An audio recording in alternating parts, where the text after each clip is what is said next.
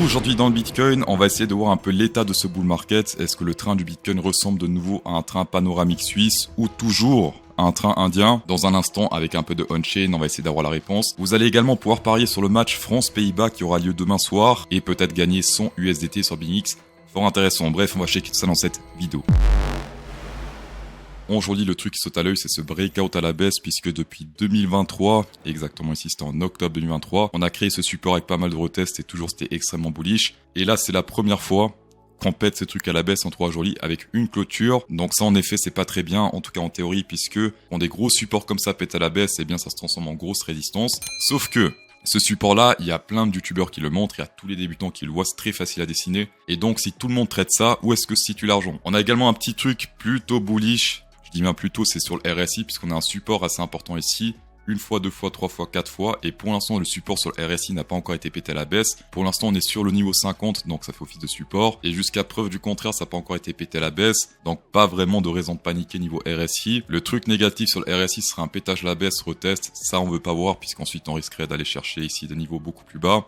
Et donc également beaucoup plus bas sur l'action price. Le trade qu'on a pris sur BingX en jour-lit grâce à ce breakout à la baisse, avec ce retest même, puisqu'avec ces retests qu'on a shorté, ça a été légèrement frôlé mais support pas atteint. En mise en situation, ça ressemble à ça, on a frôlé le take profit mais toujours pas de TP malheureusement. Ce que j'ai fait pour éviter de prendre des risques totalement inutiles, c'est de mettre le take profit sur le prix d'entrée. Et en plus de ça, vu qu'en short, on a l'avantage de toucher les funding rates. Sur BingX, les funding rates, vous allez ici sur transaction history et tous les 8 heures là avec mon trade, je touche environ 10 à 13 $, ça varie. Donc là, on est sur du, je crois, 200, 300 $ déjà juste avec ce trade. Magnifique. Également, chose intéressante, c'est ce range parallèle qu'on voit depuis très longtemps sur la chaîne. On a atteint la première target au centre puisque le centre fait office de support et de résistance. Si on pète ce support central à la baisse, eh bien hop, road to plus ou moins 59 000 $, ça peut faire très mal. Historiquement, on a seulement fait un seul fake out sur ce centre, c'est-à-dire ici, on a fait genre qu'on pète à la baisse puis réintégration directe, mais tous les autres sont plutôt bien passés. Après, bien sûr, avec ces ranges là, on n'est jamais au millimètre près. On va passer sur l'état du train de ce bull market, le realized price UTSCO H-Bond. Ici, on peut voir le realized price des gens qui ont investi, par exemple, entre 6 mois et 12 mois, 12 mois, 18 mois, etc., etc.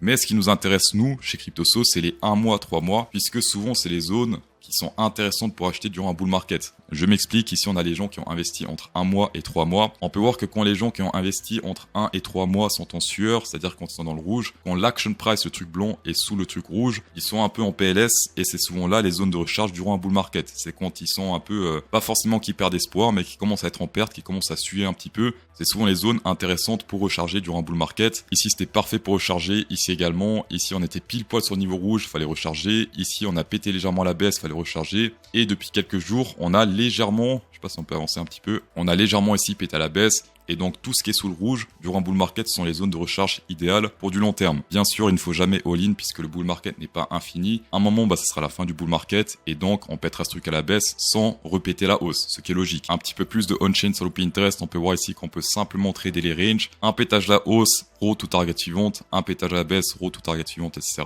Pour l'instant, on est actuellement sur le centre de ce range, donc attention si on pète ce truc à la baisse, on pourra très facilement jour-lit, row to niveau suivant ici autour des 28 milliards $ sur les futurs. Mais en tout cas, historiquement, le centre de ce range a su faire des résultats plutôt satisfaisants, on va dire, puisque là, on a fait un pump de 18%. Ici, un petit truc inférieur, 14%. C'est pas des résultats incroyables, faramineux, mais c'était quand même intéressant à prendre. On va passer au pronostic du match France-Pays-Bas qui aura lieu demain soir. À la fin de notre commentaire, vous mettez simplement France, égalité ou Pays-Bas. Et avec un peu de chance, vous allez gagner 100 $ sur BingX d'ici quelques jours. Pour info, fin de participation à minuit. Et modifier le commentaire, ça sert à rien. Vite fait sur le Ethereum Price en jour-lit, on peut voir comme sur le Bitcoin que depuis octobre 2023, on est sur un gros support, moitié range avec pas mal de retests. Ici, on a carrément intégré le range. Ici, on rebondit dessus. Ici, on l'a intégré. Et ici, pour l'instant, on rebondit dessus avec 2 tiges. Et chose également intéressante, ça se passe sur le RSI puisque oui, il y a des fake-out, mais chacun de ces fake-out fait des profits juste incroyables. Par exemple, ici, on a fait un fake-out à la hausse. Après, oui, sur le RSI, c'est compliqué d'aller beaucoup plus haut que 90. Mais ensuite, les profits sont quand même fait ressentir sur l'action price. Ici également, on a fait un breakout gigantesque, mais acheté avec une bougie comme ça,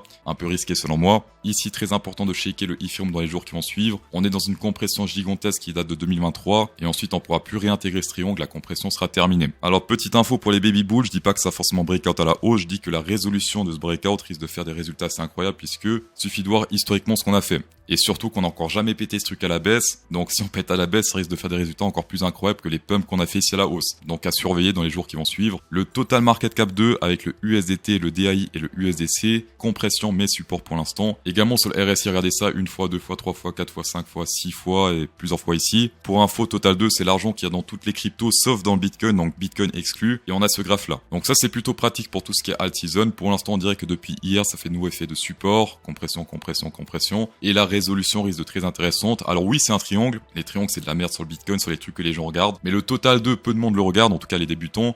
Et encore moins le Total 2 combiné avec les stablecoins. Et même si on regarde pas ici l'action price, on peut voir quand même sur le RSI qu'on a des résultats assez intrigants. En tout cas avec ce gros support qu'on a ici depuis octobre 2023. Dans tous les cas, merci d'avoir checké cette vidéo, c'est toujours un plaisir. Insérez un pouce bleu dans cette vidéo pour incrémenter encore plus le plaisir. Et bonne soirée.